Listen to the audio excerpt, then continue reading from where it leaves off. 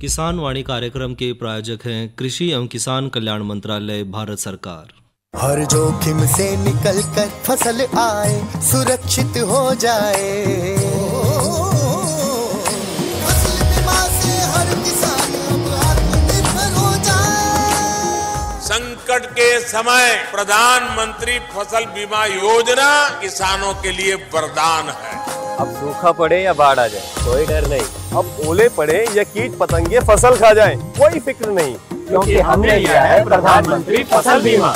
बुआई से फसल कटाई तक हर जोखिम का दावा, न्यूनतम प्रीमियम पर अधिकतम भुगतान का वादा। योजना से हर साल जुड़ रहे हैं 5 करोड़ से ज्यादा किसान। अब आपकी है बारी। नजदीकी कृषि कार्यालय, सहकारी समिति, बैंक शाखा, अधिकृत बीमा कंपनी या जन सेवा केंद्र में स्वेच्छा से करा सकते हैं पंजीकरण। फसल बीमा पोर्टल या फसल बीमा ऐप द्वारा भी कराया जा सकता है पंजीकरण। प्रधानमंत्री फसल बीमा योजना, आपकी फसलों का संपूर्ण सुरक्षा कवच। कृषि एवं किसान कल्याण मंत्रालय, भारत सरकार। धर्मवीर भाई राम राम। राम राम विनोद भाई, आपने भी और कार्यक्रम सुन रहे सब किसान भाइयों ने हमारी तरफ से राम राम। विनोद भाई जी धर्मवीर भाई, नई बात सुनने में आवे। हाँ बिल्कुल भाई, हैं बिल्कुल। और शायद जिस तरफ आप इशारा कर रहे हो कि जो सरकार अंतर्राष्ट्रीय मोटे अनाजों का जो वर्ष है वो जो है मना रहे हैं 2023 में। मोटे अनाजों का वर्ष नू कह लो विनोद भाई के जैसे मोटे अनाज में बाजरा आ गया, हाँ, जवार आ गई और किणकी होया करती, चुड़ाई होया करती, जिसने आप भूल ही गए। हाँ। आजकल के बालकों ने तो नो भी नहीं होगा पता, हाँ, कि किणकी क्या न कहें। बिल्कुल भाई। और जो ये मोटे अनाज थे ये कितने पौष्टिक थे, हाँ, तो इस बात का तो अंदाजा नहीं लग सका कि पहला कोई भी आदमी मतलब देखा करते तो कितना सुदृढ़, कितना मजबूत शरीर, हट्टा कट्टा क्या करते भाई, मोटा खाना और मोटा पहनना। पर ये जो चीज है इसकी कीमत क्योंकि हमारी नजरों से हट गई, हाँ, तो इसलिए इसकी तरफ ध्यान देने की आज जरूरत पड़ गई। बिल्कुल भाई। हैं तो हमने फिर पूछा जी, वैज्ञानिक से मिले, हाँ, और उनसे पूछा कि भाई ये जो मोटे अनाज है, हाँ, इनका भाई महत्व क्या है जी, भाई ताकि हमारे किसान भाई भी समझे इस बात को, हाँ, और जो आज की जो युवा पीढ़ी है जी और खेती किसानी के काम में लगी हुई है, बिल्कुल भाई, वो भी इस बात को समझे। हाँ, तो क्यों ना हम ये बातचीत सुनवा दें। हमने भी सुनाओ कि जो है आपने बातचीत करी डॉक्टर साहब जी। मोटे अनाजों का महत्व, इस विषय में जानकारी देने के लिए आज हमारे साथ हैं डॉक्टर सरिता रानी। आप जिला विस्तार विशेषज्ञ हैं, सस्य विज्ञान से कृषि विज्ञान केंद्र कुरुक्षेत्र में कार्यरत हैं। डॉक्टर साहब आपका कार्यक्रम में स्वागत है। धन्यवाद धर्मवीर भाई। डॉक्टर साहब जानना चाहेंगे कि जो मोटे अनाज हैं वो क्या है, किन किन को आप मोटे अनाज कहते हैं? तो जो ये मोटे अनाज हैं जिन्हें मिलेट्स भी कहते हैं, इन्हें न्यूट्री अनाज भी कहा जाता है जी, ये छोटे बीज वाली वार्षिक घासों का समूह होता है जी, जिन्हें अनाज फसलों के रूप में उगाया जाता है जी। इनमें से अधिकतर को शुष्क क्षेत्रों में लगाया जाता है और जो मुख्य मोटे अनाज हैं उनमें है बाजरा, ज्वार, रागी, मक्का, कांगनी, सामक। ये सारे कुल मिला के एक समूह कहा जाता है जिन्हें मिलेट्स या मोटे अनाज के रूप में हम कह सकते हैं। और ये सिंचित इलाकों की बजाय जो खुश्क इलाके हैं उनमें ज्यादा होते हैं? हाँ, उनमें ये ज्यादा लगाए जाते हैं क्योंकि इनकी पानी की जो रिक्वायरमेंट, डिमांड होती है, पानी कम चाहिए होता है इनको जी।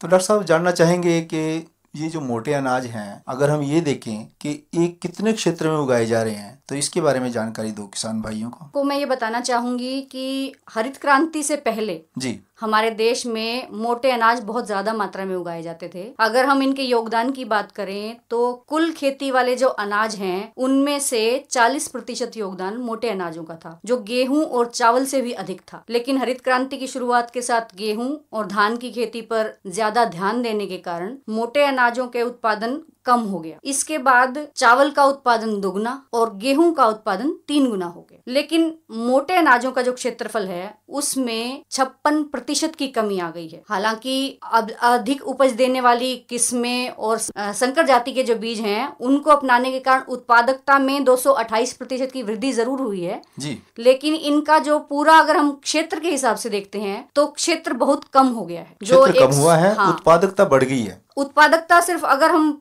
पूरे क्षेत्र के हिसाब से देखते हैं तो वो तो बढ़ गई, लेकिन उत्पादन और क्षेत्र वो कम हो गया है। जो पोषक तत्व हैं हर एक अनाज में होते हैं डॉक्टर साहब, तो ये जो मोटे अनाज हैं इनमें अगर कोई सेवन करता है तो उसको कौन कौन से पोषक तत्व मिलते हैं और कितनी कितनी मात्रा में मिलते हैं, इसके बारे में डॉक्टर साहब जानकारी दें। ये आपने बहुत अच्छा सवाल पूछा है। मैं बताना चाहूंगी किसान भाइयों, प्रत्येक मोटे अनाज का अपना महत्व होता है और जैसे बाकी अनाज हैं वैसे ही ये जो मोटे अनाज हैं इनमें भी प्रचुर मात्रा में वसा, फाइबर यानी कि रेशा और खनिज लवण होते हैं जो अन्य अनाजों जैसे चावल, गेहूं आदि से अधिक हैं। अब अगर हम बात करें कि प्रमुख मोटे अनाज जो हैं, जो अभी मैंने आपको नाम बताए, उनमें प्रोटीन की मात्रा का अगर हम देखें तो वो भी अन्य अनाजों से काफी अधिक होती है। जैसे उदाहरण के तौर पे हम देखते हैं तो बाजरा या सामक जो है उसमें 11.6%, ज्वार में 10.4%, कांगनी में 12.3%, जबकि यही मात्रा प्रोटीन की मात्रा गेहूं में केवल 11.8% और चावल में तो और भी कम है जो कि 6.8% है। रागी में हालांकि प्रोटीन की मात्रा कम है जो 7.3% है, परंतु इसमें खनिज लवण और कैल्शियम गेहूं और चावल के मुकाबले में काफी ज्यादा है। इसी तरह से मोटे अनाजों में फाइबर यानी रेशे की मात्रा की अगर हम बात करें तो गेहूं व चावल से इतना अधिक है कि जिसे हम अगर मात्रा का हम देखते हैं तो हम साफ तौर पे देख सकते हैं कि सामक में 14.7%, कांगनी में 8%, वही मात्रा गेहूं में केवल 1.2% है और चावल में तो और भी कम है 0.2%। तो इसको अगर हम उदाहरण के तौर पर समझना चाहें तो हम कह सकते हैं कि अगर हमारे पास 100 ग्राम बाजरा है तो 100 ग्राम बाजरा में 11.6 ग्राम प्रोटीन, 67.5% कार्बोहाइड्रेट, 5 ग्राम वसा, 2.3 ग्राम खनिज, 1.2 ग्राम रेशा व 42 मिलीग्राम कैल्शियम और 296 मिलीग्राम फास्फोरस होता है। यानी अगर हम सिर्फ बाजरा का ही उदाहरण लेके चलते हैं तो ये पोषक तत्वों से भरा हुआ है। जी डॉक्टर साहब मोटे अनाज जो हैं आपने कहा कि ये तो पौष्टिकता से भरपूर हैं जी, तो ऐसे में फिर इनको सेवन करने के क्या क्या लाभ हो सकते हैं, आप इसके बारे में और प्रकाश डालें। इसके बारे में अगर हम बात करें तो पहले जैसे बाजरा को गरीब आदमी का भोजन कहा जाता था। पहले यूँ कहते थे कि गरीब आदमी है वही बाजरा या ज्वार का जैसे खाना बनता था, रोटी बनती थी, लेकिन आज जो है आज इस पहले जो किया गया था उसमें इसको नजरअंदाज कर दिया गया था क्योंकि ये गरीबों का खाना कहा जाता। आज समय बदल रहा है, समय के साथ साथ सबकी मांग बदल रही है, तो अब लोगों को इसके फायदे समझ में आ रहे हैं। बाजरा सहित अन्य जो मोटे अनाज हैं वो पोषक तत्वों की भरपूर मात्रा के कारण सभी की जरूरत बनते जा रहे हैं जी। इसी पौष्टिकता के कारण ये इंसानों और जानवरों दोनों के लिए लाभदायक हैं जी। तो अगर हम इसके सीधे से लाभ की बात करते हैं तो इसके लाभों में एक तो यह कि मोटे अनाजों को उगाने के लिए कम पानी की आवश्यकता होती है, यानी इन्हें कम वर्षा वाली जगह में आसानी से उगाया जा सकता है और पानी की बचत भी होगी। पानी की बचत। दूसरा, मोटे अनाजों को अन्य अनाजों के मुकाबले ना के बराबर या बहुत ही कम खाद तथा रसायनों की आवश्यकता होती है, इसलिए इन्हें जैविक खेती के से भी उगाया जा सकता है। आजकल हम देख रहे हैं हर इंसान चाहता है, हर कोई ये सोचता है कि हम जैविक खाना खाएं, रासायनिक पदार्थों से दूर रहें, उस तरह का खाना। तो इसमें क्योंकि इसकी आवश्यकता ही कम है इसलिए इसको जैविक खेती से अगर हम उगाते हैं तो हमें बहुत ही अच्छे किस्म का उत्पाद मिल जाता है और ये कम लागत भी होती है क्योंकि किसान को तभी फायदा है या तो उत्पादन बढ़े या फिर उसका खर्चा कम हो, यानी कि रसायनों का कम इस्तेमाल होगा तो स्वस्थ फसल आएगी और ज्यादा ये फायदेमंद रहेगी जनजीवन के लिए। हाँ, तो उधर किसान की भी जेब में कुछ बचत होगी कि उसको रसायनों पे अलग से खर्चा नहीं करना पड़ेगा और रासायनिक खादों पे भी अलग से खर्चा नहीं करना पड़ेगा क्योंकि इन फसलों की मांग ही बहुत कम है। हाँ जी, इनमें प्रचुर मात्रा में पोषक तत्व हैं जैसे हमने पहले बात की है, तो ये पोषक तत्वों का एक सस्ता साधन है जी। मोटे अनाज जो हैं अन्य अनाजों के मुकाबले जल्दी खराब नहीं होते, जैसे शेल्फ लाइफ जो बोला जाता है, इनकी शेल्फ लाइफ जो है भंडारण की अवधि अन्य अनाजों के मुकाबले में अधिक होती है। तो यह अन्न सुरक्षा व अनाज के कम क्षय होने के बिंदु से भी बहुत महत्वपूर्ण है। इसके बाद अगर हम कहें कि इन्हें मानव के लिए भोजन के साथ साथ जानवरों, मुर्गियों व चारे के लिए भी प्रयोग किया जा सकता है। मतलब मुर्गियों को दाना डलता है तो ये मोटे अनाजों का दाना बहुत अच्छा रहता है उनके लिए, तो ये सारे इसके लाभ हैं। सुनने में आया डॉक्टर साहब के जैसे मिट्टी ज्वार है उस पे भी अनुसंधान का काम चल रहा है और उस पे भी वैज्ञानिक कुछ खोज कर रहे हैं कि जिसमें से कुछ पौष्टिकता की और अलग से खोज हो रही है। हाँ जी, मैं अगले इसी पॉइंट पे बात करना चाह रही थी कि इस बारे में काफी अनुसंधान कार्य चल रहे हैं और कुछ शोध ये बता रहे हैं कि मीठी ज्वार के तने का जो रस है वह काफी मीठा होता है, तो जिससे बायोएथेनॉल फीडस्टॉक, भोजन, चारा, ईंधन, फाइबर के रूप में मीठी ज्वार को प्रयोग किया जा सकता है। इस पे और शोध होंगी तो आगे हमें बहुत सी और जानकारी भी मिलेगी। तो डॉक्टर साहब, ये जो 2023 साल है इसको अंतर्राष्ट्रीय मिलेट वर्ष के रूप में यूनेस्को ने घोषित किया है, तो इसके बारे में भी आप कुछ कहेंगे डॉक्टर साहब? हाँ जी, इसमें हमारी भारत सरकार ने संयुक्त राष्ट्र को वर्ष 2023 को अंतर्राष्ट्रीय मिलेट वर्ष यानी मोटे अनाजों का वर्ष घोषित करने का प्रस्ताव दिया था। भारत के प्रस्ताव को 72 देशों ने समर्थन दिया तथा संयुक्त राष्ट्र महासभा ने वर्ष 2023 को अंतर्राष्ट्रीय मिलेट वर्ष के रूप में घोषित किया, जो हमारे लिए एक बहुत ही महत्वपूर्ण और सम्मान की बात है। भारत सरकार ने इसे लोगों की गतिविधियों के साथ जोड़कर मनाने का फैसला किया है ताकि भारतीय मोटे अनाजों और उनसे बने व्यंजनों तथा मूल्यवर्धित उत्पादों को विश्व स्तर पर प्रसिद्ध किया जा सके और भारत के किसानों की आर्थिक स्थिति को मजबूत करने में भी इनका योगदान हो सकता है। इसके लिए सरकार ने अलग अलग योजनाएं बनाई हैं, जिनमें से महत्वपूर्ण अगर हम किसानों के हिसाब से बात करें तो किसान भाइयों को ये जानकारी दे दूं कि इन मोटे अनाजों को आंगनवाड़ी में बच्चों को वितरण करने के लिए और स्कूलों में जो मिड डे मील की योजना है उसमें भी इस्तेमाल करने के लिए योजना बनाई जा रही है ताकि इनको सीधे से भोजन प्रणाली में शामिल किया जा सके। इसके साथ ही साथ कुछ सरकार की योजनाएं ऐसी भी चल रही हैं जिसमें रेलवे में जो खाना दिया जाता है, रेलों में या हवाई जहाजों में खाना दिया जाता है, उनमें भी मोटे अनाजों से बने व्यंजनों को परोसा जाएगा। तो ये हमारे लिए एक बहुत खुशी की बात। तो डॉक्टर साहब, ऐसे में आपका किसान भाइयों के नाम क्या संदेश है? किसान भाइयों को मैं एक यही संदेश देना चाहूंगी कि अपने यहाँ जो फसलें उगा रहे हैं उनमें अगर आप मोटे अनाजों को भी शामिल करें तो आपको कुछ फायदा पानी को बचा के, कुछ इन पे खर्चा लगेगा वो कम करके, और आर्थिक स्थिति आपकी मजबूत होगी। जो हमारे छोटे किसान भाई हैं जिनके पास जमीन कम है या पानी की सुविधा नहीं है, वो भी मोटे अनाजों को उगाकर अपना आर्थिक स्तर ऊंचा कर सकते हैं। डॉक्टर साहब, आपने हमसे बातचीत की और मोटे अनाजों के महत्व के बारे में विस्तृत रूप से जानकारी दी। इस सब के लिए आपका बहुत बहुत धन्यवाद। धन्यवाद धर्मवीर भाई।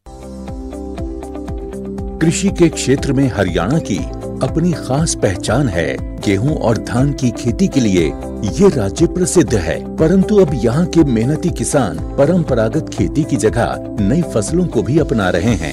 धान की फसल सिंचाई के पानी की अत्यधिक खपत करती है, जबकि पानी की उपलब्धता एक कठिन चुनौती बनती जा रही है।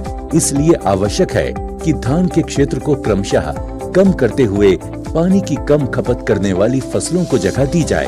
भारत सरकार की महत्वाकांक्षी राष्ट्रीय कृषि विकास योजना के फसल विविधीकरण कार्यक्रम के तहत किसानों को धान की जगह वैकल्पिक फसलें उगाने के लिए प्रोत्साहित किया जा रहा है। इस प्रयास को आगे बढ़ाते हुए हरियाणा राज्य सरकार ने मेरा पानी मेरी विरासत नामक एक अभिनव और प्रभावी योजना लागू की है। इसके अंतर्गत धान की जगह वैकल्पिक फसलें उगाने वाले किसानों को 7,000 रुपए प्रति एकड़ की दर से प्रोत्साहन राशि दी जाती है। हरियाणा सरकार के संगठित प्रयासों और किसानों के सहयोग से वर्ष खरीफ 2020 व 2021 में कुल लगभग 1,16,000 एकड़ क्षेत्र में धान की जगह वैकल्पिक फसलें उगाई गयी। इसके लिए किसानों को 76 करोड़ रुपए प्रोत्साहन राशि के रूप में दिए गए। फसल विविधीकरण के प्रयासों से वर्ष 2019-20 से 2021-22 के बीच धान के कुल क्षेत्र में लगभग 10% की कमी आई है। राज्य सरकार द्वारा एक अन्य प्रभावी योजना भी चलाई जा रही है,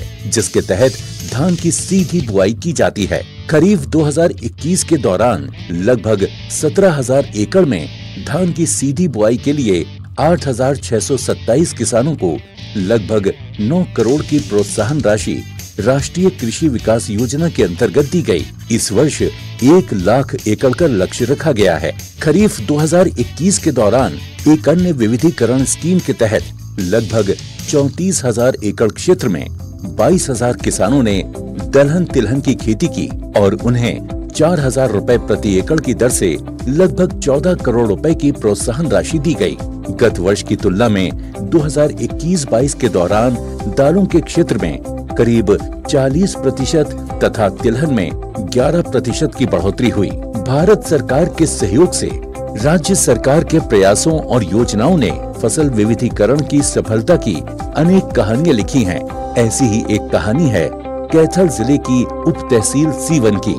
यहाँ के किसान धान और गेहूं की जगह खरबूजा, खीरा और टिंडा उगाकर उन्नति की नई राह पर आगे बढ़ रहे हैं। हमारे यहाँ पे स्कीम आई है सरकार की तरफ से, मेरी पानी मेरी विरासत। उसके तहत हमने धान और गेहूं को छोड़ के हमने तरबूज, खरबूजे, खीरे, टिंडे की खेती करनी शुरू की है और उसमें इंटरक्रॉप के रूप में हम मकई ले रहे हैं, जिसमें पानी की खपत काफ़ी कम हो गई है। 25% पानी में हम ये सारी फसलें ले लेते हैं और हमें सरकार की तरफ से इसमें सहायता मिल रही है 7,000 रुपये पर एकड़ की। और साथ में हमें और भी मुनाफा हो रहा है फसल में, हम 25 से 30% एक्स्ट्रा कमा पा रहे हैं, जो 25-30 हज़ार रुपये पर एकड़ बनता है। हरियाणा राज्य के किसान समृद्धि के नए मुकाम की ओर अग्रसर हैं। फसल विविधीकरण ने उनके जीवन में मुस्कान का नया रंग भर दिया है। विनोद भाई। जय धर्मेर भाई। तो सुनिए आपने। बिल्कुल भाई। कि भाई किस तरीके से ये जो मोटे अनाज हैं, हाँ, पोषक तत्वों से भरपूर है और इनको हमने बोना भी है, बिल्कुल इस्तेमाल भी करना है, क्योंकि पानी की बचत है और साथ में जो है कम जो है इसमें खाद और उर्वरक की जरूरत पड़े है। हाँ, स्वस्थ पैदावार होगी और भाई प्राकृतिक रूप से तैयार होगी। हाँ। तो देखो बीमारियां तो लगने की बहुत कम संभावना हो जाती है। और भाई बीमारियां एक हिसाब से और कम लगे। किस तरह? अगर आप साथ साथ मनोरंजन भी करते रहे ना। हाँ, बिल्कुल। और भाइयों का भी मनोरंजन कराते रहे। हाँ। तो भी ये मन मस्त रहा है। बिल्कुल, मानसिक बीमारी का इलाज है संगीत। तो फिर क्यों ना सुना एक रागनी। बिल्कुल भाई। भाई भी सुनेंगे और हम भी सुने। हाँ।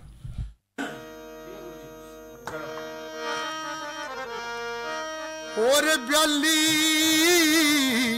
बहू एरा लेके चला चलता करार जहाज जमाजम होरी पानी पर मेरे राम ब्याली रा बहू लेके चला चलता कराता जहाज जमाजम होरी पानी पर।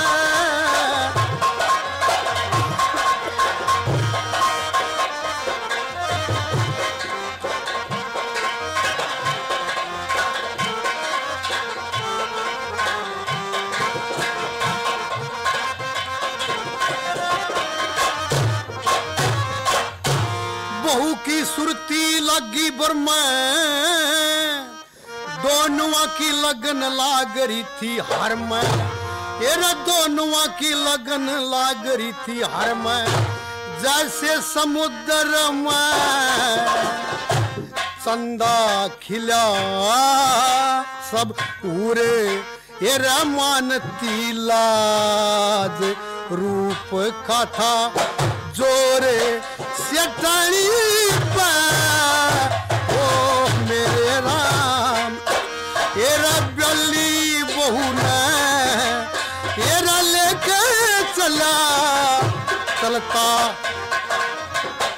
राज जमाजम होरी पानी पे। दोनों बतलावे थे कैसे एरा उनकी नजर मिला थी ऐसे। एरा उनकी नजर मिला थी ऐसे जैसे अंबर में करके कला झगड़े रहे दो बाज। तीसरी एक जान बिरानी पर ओ भगवान। एरा ब्याली बहू ने एरा लेके चला चलता करया था जहाज जमाजम होरी पानी पर।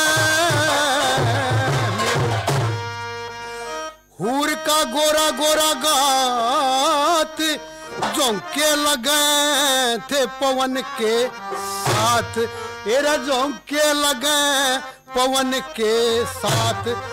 कौन बात कौन होना भला जब ईश्वर एरा सारे काज। दया करो जोड़ी यानी ऊपर ओ मेरे राम, जली बहू न लेकर चला।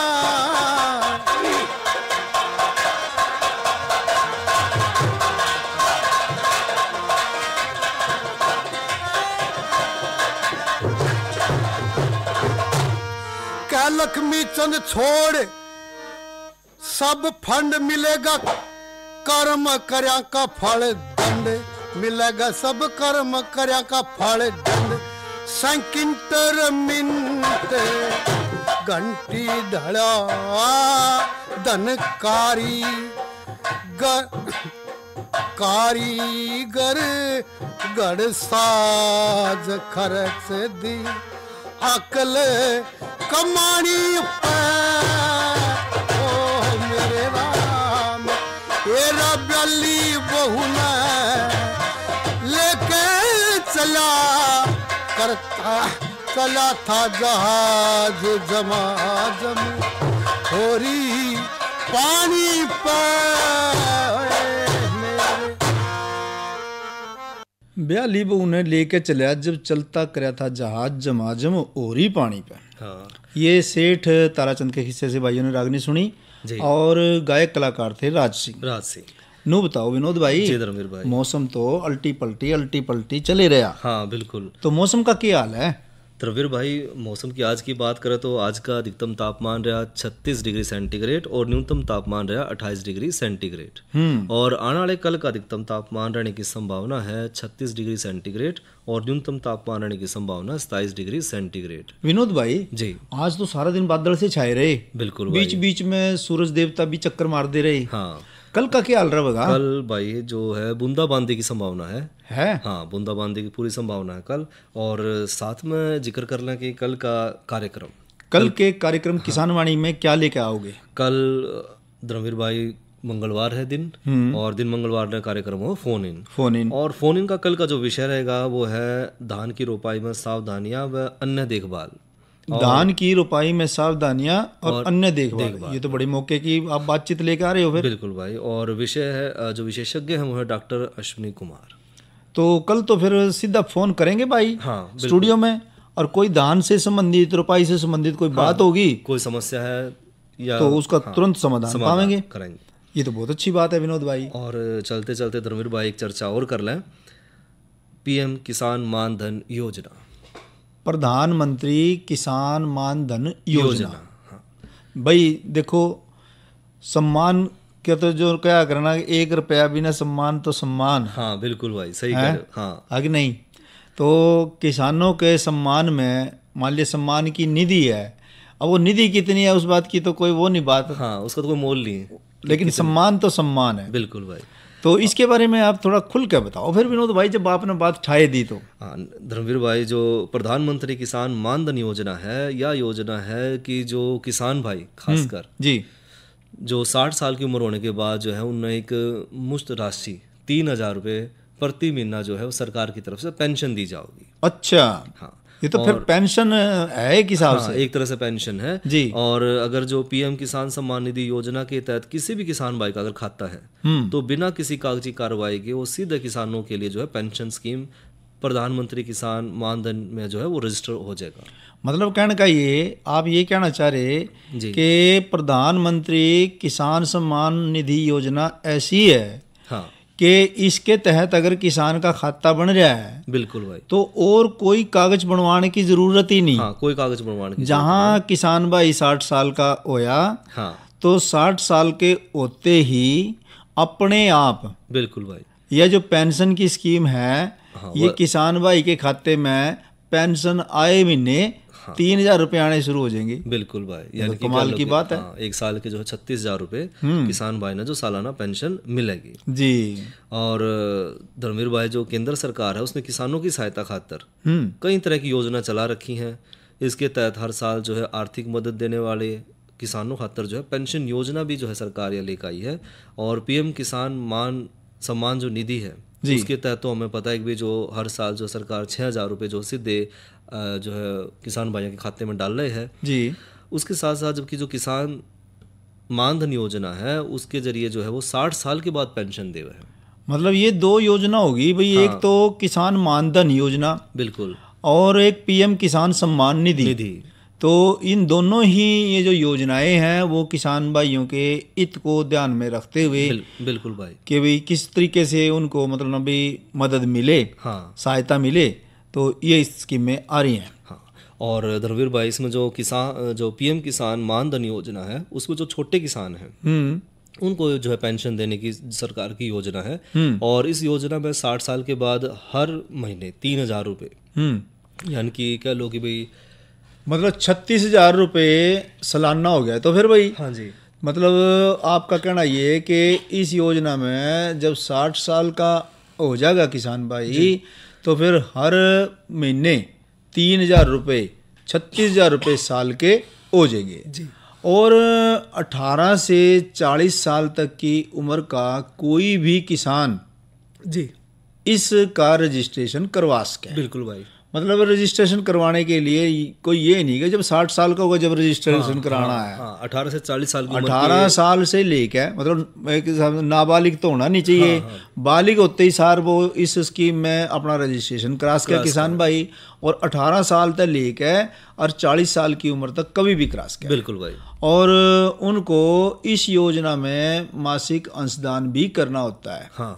और मासिक अंशदान उम्र के हिसाब से 55 रुपए से और 200 रुपए तक हो सकता है। बिल्कुल भाई, 55 रुपए से 200 रुपए तक जो है किसान भाई जो इसमें अपना अंशदान दे सके है। हाँ। और किसान सम्मान के जो खाताधारक है ना कि अपना विनोद भाई जी, वो कैसे फायदा उठा सके हैं कि इसमें पीएम किसान सम्मान निधि का लाभ लेने वाले किसानों को इस पेंशन योजना में रजिस्ट्रेशन के लिए फिर से दस्तावेज एक तो कराने की जरूरत नहीं है। और दूसरा पीएम किसान सम्मान के रजिस्ट्रेशन के समय ही उनसे सारे दस्तावेज इकट्ठे ले लिए जाए। मतलब बार बार का उसमें झंझट नहीं है। हाँ, बिल्कुल भाई। तो जिन किसान भाइयों ने अपना नाम रजिस्ट्रेशन नहीं कराया जी, वो रजिस्ट्रेशन करा कर इस योजना का फायदा उठा सके विनोद भाई। बिल्कुल भाई, है कि नहीं? हाँ। तो अब हमारा कार्यक्रम से और किसान भाइयों से विदा लेने का समय हो गया। बिल्कुल भाई। तो ये बताते हुए विदा लें कि इस कार्यक्रम के प्रायोजक थे कृषि एवं किसान कल्याण मंत्रालय, भारत सरकार। अरे अरे अरे क्या कर रहा है? इधर इधर इधर हम बोल रहे हैं तेरे बीजू का। उतला बोल रहा है? पक्षियों से तो हम खेत को बचा लेते हैं, पर इन घातक रसायनों से कैसे बचाएं? मतलब? देख बेटा, तू जो ये अंधाधुंध रसायन मिलाता है ना, मिट्टी की सेहत बिगड़ने लगी है। और जब माटी ही कमजोर पड़ जाएगी तो उपज कैसे सेहतमंद होगी? अरे पहले ऐसा नहीं था। पूछना अपने बड़े बुजुर्गों से, कैसे फसल लहलहाती थी, शुद्धता झलकती थी। हाँ, माटी भी तंदुरुस्त और लोग भी। अब पहली वाली बात कहाँ? पर अब तो सब यही डाले हैं। सब नहीं, आज भी लाखों जागरूक किसान परंपरागत विधि से फसल उगा रहे हैं। खर्चा कम और उपज की कीमत भी बेहतर पा रहे हैं। सच है? रे बेटे, एक्सपीरियंस से बता रहे हैं। धूप में बाल सफेद नहीं किए हैं। हाँ। ठीक है भाई, मैं भी आज से जैविक खेती शुरू करूंगा। माटी से प्रेम की परंपरा है, परंपरागत खेती।